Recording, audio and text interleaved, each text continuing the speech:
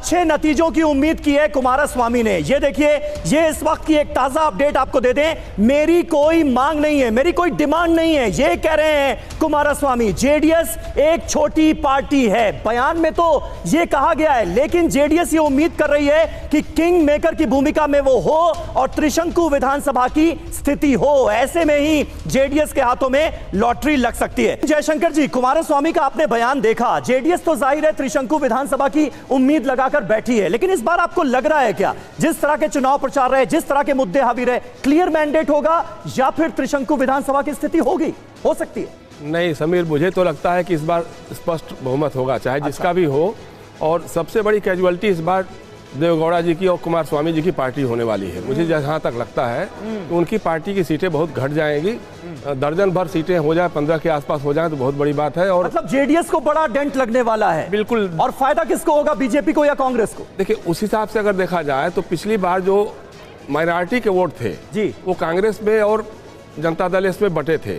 इस बार जिस तरह से कंसोलिडेशन हुआ है, उसको देखते हुए लगता है कि इस बार जनता दल एस का जो वोट है वो शिफ्ट हो गया है कांग्रेस की तरफ। सर, ये बड़ा इंटरेस्टिंग है जो आप माइनॉरिटी की वोट की बात कर रहे हैं। आप अगर बात कर्नाटक की जाए तो माइनॉरिटी के वोट और वो जो फैक्टर है, जो सबसे डोमिनेटिंग फैक्टर है लिंगायत, दोनों के अगर पॉपुलेशन की बात की जाए ऑलमोस्ट एक जैसी है, लेकिन सीटों को जो इन्फ्लुएंस करते हैं वो बड़ा इंटरेस्टिंग है। वो लिंगायत 70 से 100 के ऊपर, दादा डेटा मशाय हमें बता रहे हैं 109, और यहां पर 30 से 40। डेटा मशाय, अगर मैं बात करूं माइनॉरिटी फैक्टर की, इसको आप कैसे देख रहे हैं कर्नाटक में? बिल्कुल बिल्कुल निशान, तो डेटा मुशाय से अब आपने पूछा माइनॉरिटी फैक्टर, और यकीन मानिए मैं और डेटा मुशाय अभी यही बात कर रहे थे कि हम अभी माइनॉरिटी फैक्टर के बारे में क्या यहां दिखाएंगे। जल्दी से बताइए माइनॉरिटी फैक्टर का। माइनॉरिटी वोट 12 to 13% कर्नाटक में है। और आप देखेंगे, मैं अगर माइनॉरिटी सिलेक्ट कर लेता हूं तो देखिए माइनॉरिटी वोटर्स मोर देन 20%। हम लोग इस स्क्रीन में आ जाते हैं।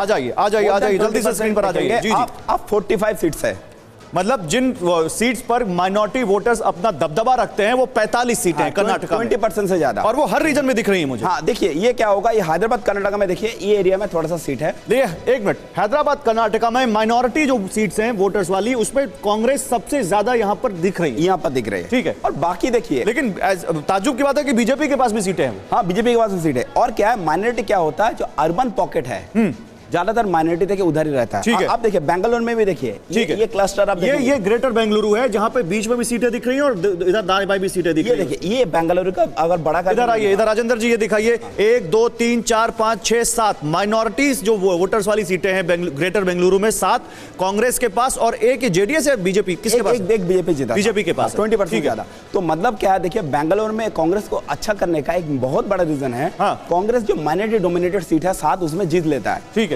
बाकी अर्बन पॉकेट में ऐसा रहता है। ठीक है, तो ये लेकिन एक चीज, हैदराबाद कर्नाटक का जो रीजन है वहां पर माइनॉरिटीज की ज्यादा सीटें हैं, जो मल्लिकार्जुन खड़गे का एरिया है। ग्रेटर बेंगलुरु जो आप दिखा रहे हैं वो वहां पर जो है जहां पर कांग्रेस अच्छा करती है, फाइट में रहती है, वहां पर माइनॉरिटीज वाली सीटें ज्यादा हैं। मुझे यहां पर कोस्टल कर्नाटका में एक सीट दिख रही है, और वो भी बीजेपी के पास दिख रही है। ये भी कोस्टल कर्नाटक आता है, ये भी कोस्टल कर्नाटक आता है। ये केरल के इलाका, 1 2 3 4 बीजेपी, 1 कांग्रेस यहां पर। तो मतलब इस एरिया में क्या हो रहा है, मतलब माइनॉरिटी पॉपुलेशन 20% से ज्यादा है। ठीक है, तो नॉन माइनॉरिटी वोट एक कंसोलिडेशन दिखाई देता है। ठीक है, और ये सीट बीजेपी जीत जाता है। नहीं, तो इस बार जो बजरंग दल का मुद्दा आया, पीएफआई बैन का मुद्दा आया, यूसीसी का मुद्दा आया, आप क्योंकि घूमे हैं ग्राउंड पर, क्या वो माइनॉरिटी वोट्स पर असर डालेगा? देखिए वो शायद थोड़ा सा एचडीपीआई का वोट कम करेगा। ओके, बट सीट में मुझे कन्वर्ट करते हुए नहीं दिखाई दे रहा कोस्टल एरिया में। ठीक है, कोस्टल एरिया में कांग्रेस बहुत ज्यादा होप भी नहीं कर रहा है। उधर टोटल 21 सीट्स है, कांग्रेस का। चलिए ठीक है।